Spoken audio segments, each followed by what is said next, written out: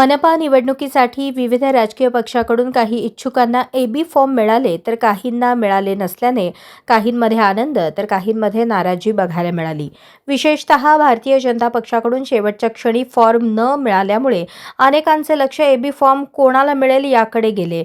विविध पक्षांचे उमेदवार काहींना फॉर्म मिळाले तर काहींना नाही, ज्यामुळे उत्सुकता आणि संभ्रम दोन्ही वातावरणात वाढले। अशा परिस्थितीत काही उमेदवारांनी आपला विजय निश्चित असल्याचे आत्मविश्वासाने व्यक्त केले तर काहींच्या चेहऱ्यावर नाराजी स्पष्ट दिसत होती। पहिल्या दिवशीच्या या घडामोडींनी निवडणुकीच्या मैदानात चढ-उताराचे चित्र उभे केले आहे। प्रभाग क्रमांक 24 ब अनुसूचित जमाती महिला या महिला प्रवर्गासाठी मी भारतीय जनता पार्टीकडून उमेदवारी मागितली होती, पण माझी उमेदवारी श्री सुभाष देशमुख यांनी वैयक्तिक खुंचेद्वारे त्यांनी माझी ती उमेदवारी कट केली आणि त्या ठिकाणी उबाटा गटाचे जिल्हाध्यक्ष श्री संतोष पाटील ज्यांच्याकडे जात वैधता प्रमाणपत्र नाही, त्या अशा व्यक्तीला तिथं पक्षात प्रवेश घेऊन तिथं त्यांच्या घरच्यांना उमेदवारी त्यांनी दिली।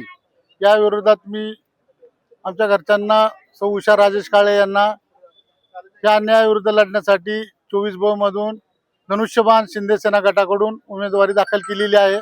मला त्याचा ईबी फॉर्म मिळालेला आहे आणि तो व्हॅलिड आलेला आहे आणि जिथं माझी दावेदारी असताना सुद्धा माझी उमेदवारी कापली। जिथं 26 ब सर्वसाधारण आदिवासी समाजासाठी असणारी जागा जी आहे, सुभाष देशमुखांनी ती जागा त्यांच्या विरोधामध्ये आम्ही फक्त तिकिटाची मागणी केली होती आणि त्यांनी वारंवार मला रिक्वेस्ट केल्यानंतर पाया पडल्यानंतर मी माघार घेतली होती। तर ती गोष्ट त्यांनी पाया पडल्यामुळे त्यांना बिचाऱ्यांना राग आला आणि त्यांनी माझी उमेदवारी कापली। दुर्दैव आहे, पण मी तिथं बॅट चिन्ह घेऊन लढतोय आणि मला असं वाटतं जर त्यांना जर एवढं जर असं मनावर यायचं तर त्यांनी त्यांच्या चिरंजीवाला ओपन मधून पक्ष न घेता भारतीय जनता पार्टी सोडून आमच्या दोघांमध्ये सर्वसाधारण गटात लढत लावायला हवी होती। पण तसं न करता 24 मध्ये त्यांनी आमच्या उमेदवाराला ज्याला ईबी फॉर्म मिळाला अश्विनी चव्हाणला ओबीसी मधून त्याला पुन्हा एकदा तिकीट कट केलं म्हणले आणि जेव्हा मी सोशल मीडियावर टाकलं की आमच्याकडून त्या उभा राहतात, आमचा पॅनल झालाय, तर त्यांना ईबी फॉर्म कमळाचा दिला 3:30 वाजता। खरं तर तो अवैध होता आणि त्यांनी तो आता कमळ चिन्हावर लढतायत। आणि दुसरे आमच्या प्रभागाचे नेते जे सिद्धू अण्णा पाटील आणि शिवशरण अण्णा पाटील, शिवशरण अण्णा पाटलाच्या मुलाला कमळाचं चिन्ह देतो म्हणले, 2:45 वाजेपर्यंत तो मुलगा येतो, त्याला ईबी फॉर्म दिला नाही आणि त्याचा फॉर्म अपक्ष राहिला। ह्या अशा खेळ ज्या आहेत याचा निषेध करतो मी। लढायचं तर सामने सामने लढायला आम्ही सगळेजण तयार होतो, पण दुर्दैव आहे की असं नेतृत्व काय फायद्याचं नाही। पॅनल मध्ये कोण कोण आहे आपल्या? पॅनल मध्ये विकास कदम म्हणून सर्वसाधारण गटातून आम्ही मराठा समाजातून उमेदवारी दिली। दुसरी जी बौद्ध समाजामधून आमच्याकडे सतीश मस्के एक चांगले तरुण त्यांना उमेदवारी दिली। ओबीसीला आम्ही एक महिला पुरस्कृत करत आहोत। ओके, उभारलात काय सांगा? मी गेल्या 25 वर्षापासून प्रभाग क्रमांक 3 मध्येच उभारलेला आहे, प्रभाग क्रमांक 3 मध्येच निवडून आलेला आहे। आत्ताही प्रभाग क्रमांक 3 मध्येच उभारलेला आहे। कुठल्या पक्षाकडनं? मी तसं तर फार जुना भारतीय जनता पार्टीचा कार्यकर्ता आहे, पण अलीकडच्या काळात लोकप्रतिनिधींनी सच्चा कार्यकर्त्याला उमेदवारी देण्यापेक्षा लुच्चा कार्यकर्त्याला द्यालेत। स्वतः लोक म्हणत असतात की बाबा आम्ही निष्ठावंत आहे, आम्ही ते आहे हे आहे, त्यांना उमेदवारी कुणाला दिलेत, काय काय केलेत, काय काय आर्थिक व्यवहार केलेत, हे सर्व बाहेर पडतंय। थोड्या दिवसात सर्व कळतंय।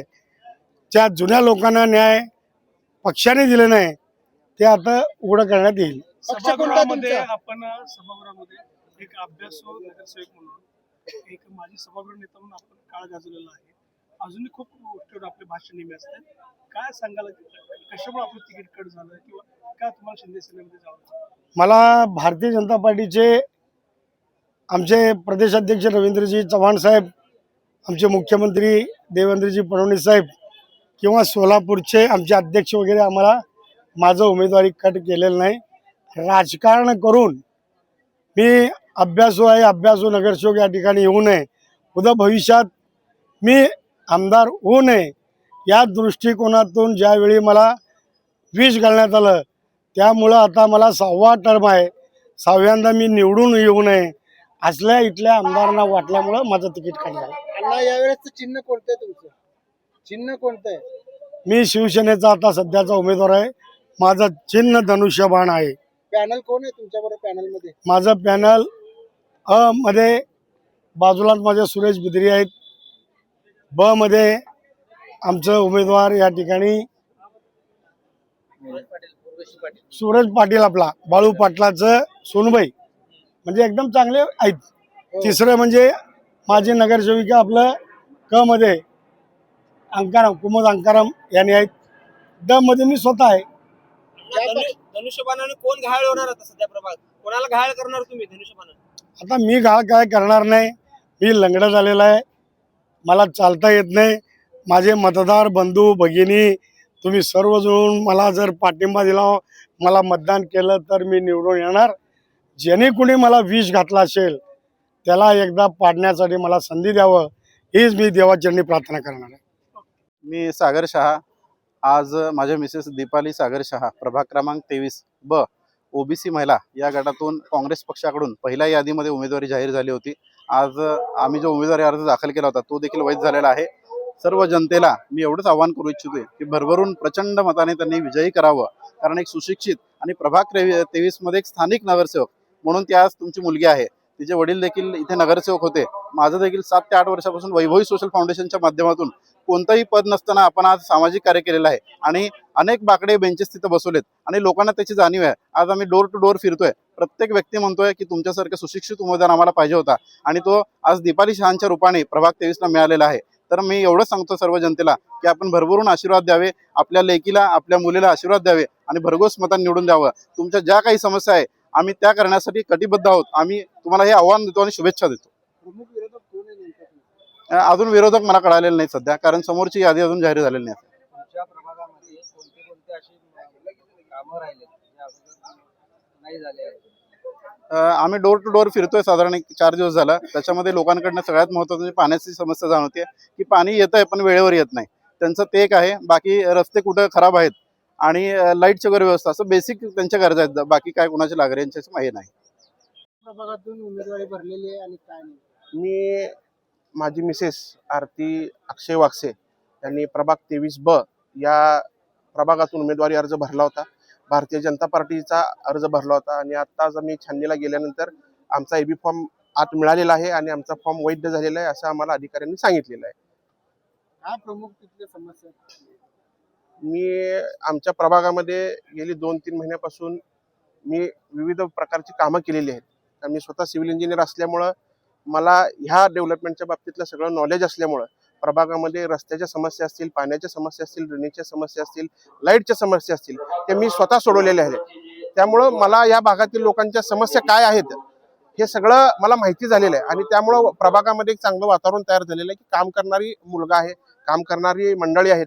तर यांचं एक माझा सिव्हिल इंजिनियरचा चांगला प्रभाव प्रभागात पडलेला आहे आणि त्याचं त्या पद्धतीने मी काम पण केलेलं आहे. विरोधक कोण आहे नेमकं? विरोधक तर अजून काही कळालं नाही, उद्या कळेल. आणि वास्तविक मी सगळ्यांचा धन्यवाद मानतो. माझे नेते आदरणीय स्वर्गवासी महेशांना कोटे यांना प्रथमतः मी नंदनवन होतो. माझे मार्गदर्शक आदरणीय आमदार मध्यचे देवेंद्रदादा कोटे, माझे मार्गदर्शक प्रथमेशदादा कोटे यांच्या मार्गदर्शनाखाली आमचे सुभाष बापू देशमुख दक्षिणचे आमदार यांच्या सगळ्यांच्या मार्गदर्शनाखाली मी हे निवडणूक लढवणार आणि आम्ही जिंकणार एवढं सांगतो. 100% हा महेश अण्णांची उणीव आम्हाला पावला पावला गणेश आज जाणवत आहे. अण्णांचा जो विचार आहेत ते आम्ही मतदारांपर्यंत तळातळापर्यंत पोहोचवण्याचा आम्ही 100% प्रयत्न करू. महेश अण्णा असते तर तुम्ही भाजपमध्ये घेतला असता का? महेश अण्णा असते तर तुम्ही भाजपमध्ये घेतला असता का? ज्या त्यावेळेसच्या परिस्थिती वेगळ्या होत्या, पण महेश अण्णा असते तर खरं गणित वेगळं राहिलं असतं. पण महेश अण्णा हे खरंच कार्यकर्त्यांना ताकद देणारा कार्यकर्ता होता. पार्टीचा विषय वगैरे तो सोडून द्या, ज्या ज्या पार्टीमध्ये महेश अण्णा गेले त्या त्या पार्टीमध्ये महेश अण्णांनी कोटे परिवारांनी कार्यकर्ते मोठे केलेले आहेत. काम कसं करायचं कार्यकर्त्यांना शिकवलेलं आहे. महापालिकेमध्ये काम कसं करायचं ह्याची सुद्धा इमेज महेश अण्णांनी बनवून ठेवली होती. महेश अण्णांच्या कार्यकर्त्यांना कामाचा माणूस म्हणून आतापर्यंत ओळखलं झालंय आणि तीच इमेज आम्ही कायम ठेवतो. धन्यवाद. नमस्कार, मी दीपाली सागर शहा. प्रभाग क्रमांक 23 मधून मी काँग्रेसकडून अर्ज भरलेला होता आणि तो आज वैध झालेला आहे. आणि सगळ्या जनतेला मी हीच विनंती करेल की भरघोस मताने मला निवडून द्या. धन्यवाद. क्रमांक 21 क यामधून उमेदवारी दिली आहे. कोणत्या पक्षाकडनं लढताय? शिवसेना शिंदे गट. यापूर्वी उभाटा गटाकडनं तुम्ही होतात नंतर राष्ट्रवादीत गेलात. काय सांगाल? हो, उबाठा गटामध्ये होते, पण उबाठा गटाने मला तिकीट दिलं नाही. माझं तिकीट जे होतं ते काँग्रेसच्या एका उमेदवाराला दिलं. त्यानंतर मला पहिल्यापासून राष्ट्रवादी आणि एकनाथ शिंदे साहेब यांच्या दोन्ही पक्षांकडनं ऑफर होती. परंतु बाळासाहेबांची शिवसैनिक म्हणून एकनिष्ठ म्हणून मी सत्तेसाठी म्हणा इतर कुठल्याही गोष्टींचा मोह न करता मी कुठेही गेली नाही. कारण माझं एकच ध्येय होतं की माझ्या प्रभागाची सुधारणा करायची, म्हणून मी शेवटपर्यंत वाट पाहिली माझ्या पक्षाची. परंतु मी निवडून येत असताना सुद्धा माझ्या पक्षाने माझ्यावरती अन्याय केला आणि न निवडून येणाऱ्या अशा सीटला काँग्रेसला माझी सीट सोडली. उभाटा गटामधनं राजीनामे दिले जात आहेत. काय नेमकं तिथं चाललंय?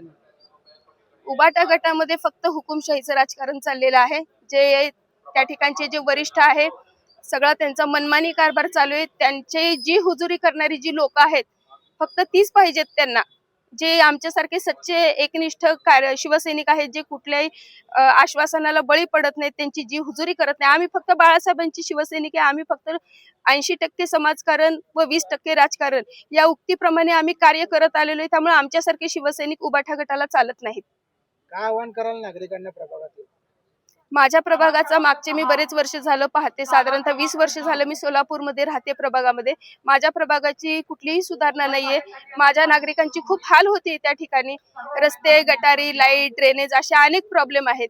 ह्या सगळ्या अडचणी सोडवता याव्यात म्हणून मी फक्त सामाजिक कार्यासाठी ह्या राजकारणाचा आधार घेतलेला आहे. आणि माझं त्यांना हेच सांगणं आहे की मी तुमच्यासाठीच लढत आहे. आतापर्यंत मी खूप खूप संघर्ष करत इथपर्यंत पोहोचलेली आहे. कारण माझ्या पक्षासाठी मी रात्रंदिवस काम केले, जनतेसाठी सुद्धा काम केले. परंतु माझ्या पक्षाने मला डावललं, माझ्यावरती अन्याय केला. परंतु मला जनतेवरती विश्वास आहे. मी लोकांमध्ये उतरून ग्रासरूट लेवलला जाऊन कामं केलेली आहेत. त्यामुळे जनता मला नक्कीच न्याय देईल. मला कुठली राजकीय पार्श्वभूमी नाहीये. मी खूप पैशावाली श्रीमंत सुद्धा नाहीये. मी एक खूप सर्वसाधारण अशी महिला आहे. एक भगिनी आपल्यासाठी झटते, रात्रंदिवस काम करते. या गोष्टीचा विचार करून नक्कीच जनता मला ह्या महानगरपालिकेवर पाठवेल.